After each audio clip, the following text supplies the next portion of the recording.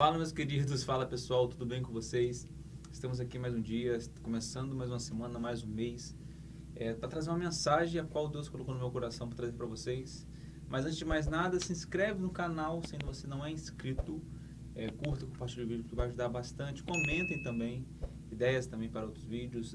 Provavelmente o próximo vídeo será uma música, que Deus já tem colocado no meu coração. Se vocês têm ideia de algum tema, de algum vídeo que vocês queiram assistir, deixe também que vai ajudar bastante, beleza? Bora pro vídeo. Sabe, eu olhando, lendo, né, pesquisando, meditando sobre o que eu ia falar nesse vídeo, né, orando a Deus, pedindo a Deus para colocar algo no meu coração.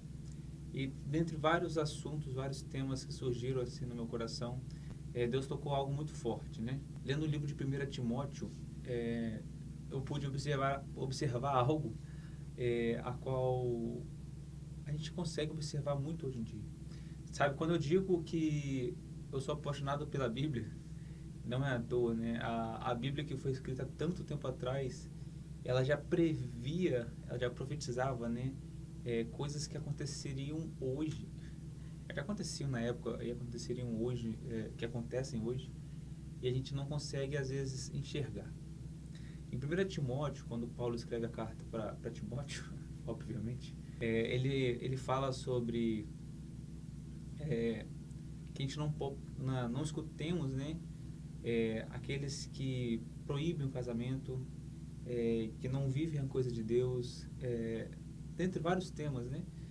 E um versículo que me tocou muito foi no versículo 12, a qual diz, mais ou menos assim, vou deixar escrito certinho para vocês verem, que, que pela juventude de Timóteo, ele era um líder jovem, né?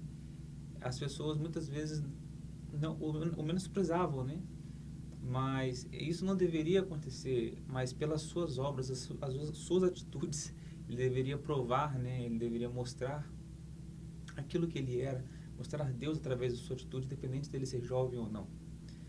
Eu já falei sobre isso em algum vídeo, eu não sei dizer em qual vídeo, não sei nem se foi nesse canal, sobre essa questão da juventude.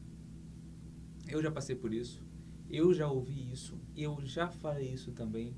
Muitas pessoas já falaram, até, se não me engano, Aristóteles também já falou sobre isso, que a juventude está perdida, né?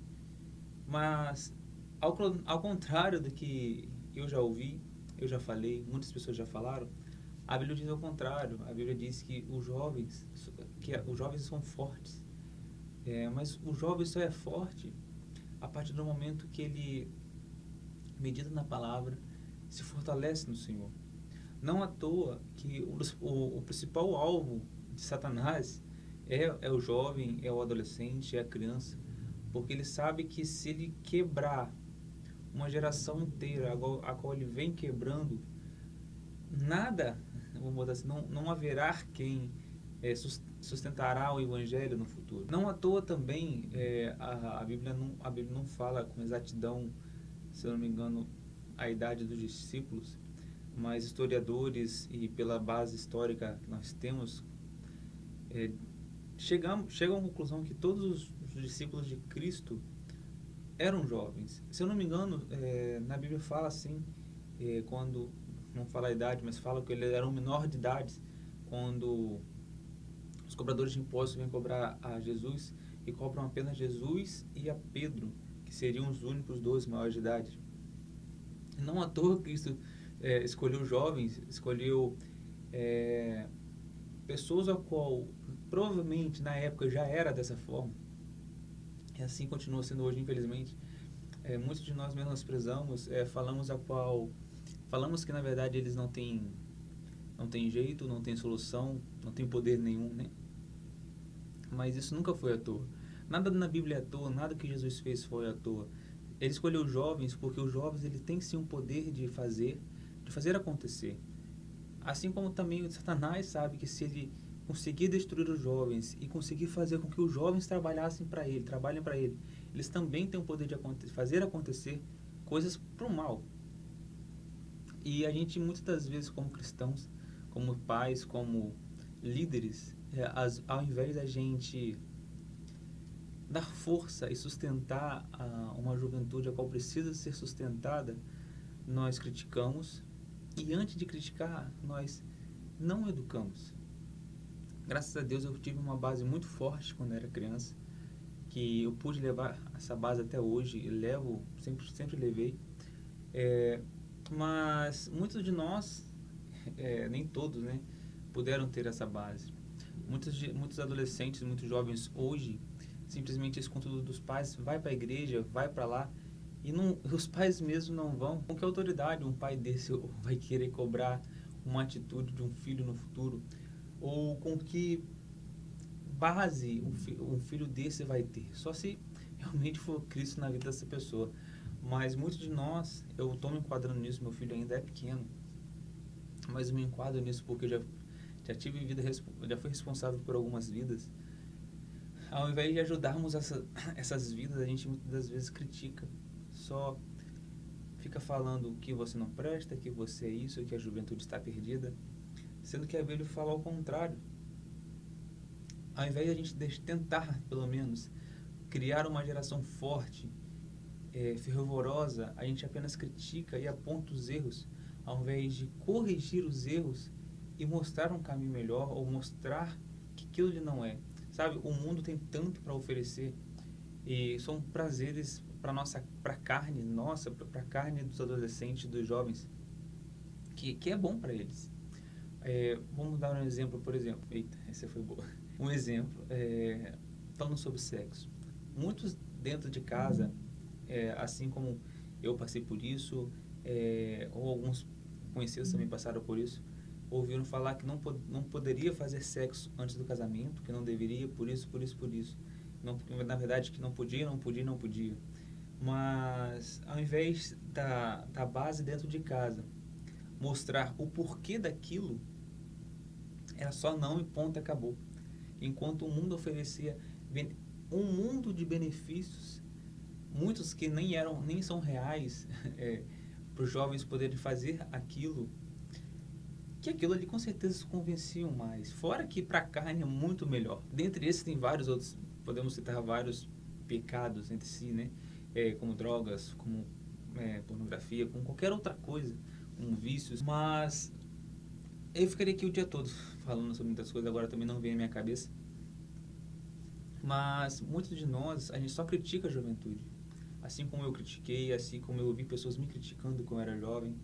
E eu até lembro quando eu era na minha adolescência, na minha juventude, muitos de nós, na minha época, seguramos a onda, né? Seguramos a barra por várias vezes em relação ao louvor, teatro, dança, decoração. A gente, por ser jovem, a gente botava para fazer, a gente fazia realmente, mas sempre ficava um ou outro atrás, criticando, alfinetando, esperando um erro de nós, da turma, né, para poder acusar. A gente via isso, a gente escutava isso deles. E muitos, infelizmente, que fizeram parte da minha geração de adolescentes, hoje se perderam, hoje estão longe. Oro pela vida deles. Sinto falta deles muitas das vezes, até já mando mensagem para alguns de vez em quando. Mas a gente não consegue entender a dimensão do que é estar do outro lado. Eu pude, infelizmente, estar dos dois lados dessa mesma moeda. E eu digo que quando a gente está no lado que critica, que a ficha cai, é um baque. A gente começa a entender o quão hipócrita a gente é e quão falho é a nossa fala.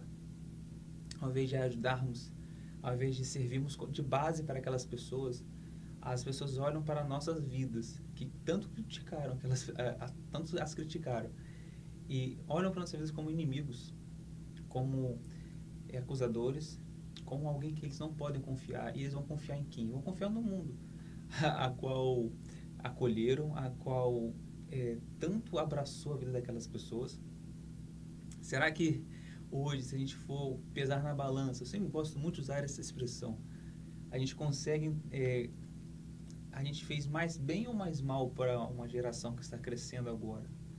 Será que através da minha vida, da sua vida, a geração que é a geração de agora, jovens e adolescentes, essa geração está sendo preparada, ou está com um pouquinho mais forte, pelo menos, para poder enfrentar o mundo de frente, ou está mais fraca, ou pior, só ensinamos essas pessoas a fugir do mundo.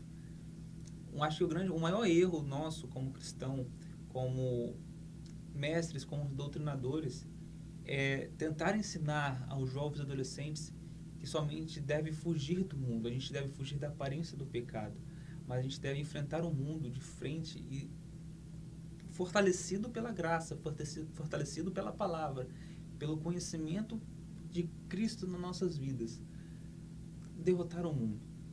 Não estou falando que a gente tem que forçar, claro que é muito importante ler a Bíblia, ler a palavra, aprender o que está escrito ali, mas eu não estou falando que deveríamos forçá-los a decorar, mas a essência da Bíblia, que elas devem conhecer, uma vez ensinada dentro do coração, ela não sai mais. Muito é dito, por exemplo, né, que pessoas do islamismo, crianças com 5 anos, se eu não me engano, já sabe a Torá de frente para trás, de trás para frente, e a gente não ensina nada, né? Mas muitas pessoas do mundo conhecem a Bíblia muito mais do que a gente, às vezes, e usam a Bíblia para poder nos quebrar no meio. Mas se a gente se fortalecer, a gente fortalecer essa geração, para poder fazer com que essa geração se torne forte, firmes, conhecedoras da palavra, da essência do que a Bíblia diz, da essência do que é seguir a Cristo realmente, pode se levantar o que for. Nada vai abalar a fé dessas vidas e nada vai fazer com que elas saiam da igreja, nem a própria igreja, porque muitas das vezes a igreja machuca. Muitas das vezes a igreja, principalmente a gente que critica essas pessoas, a gente vai ferir demais essas pessoas.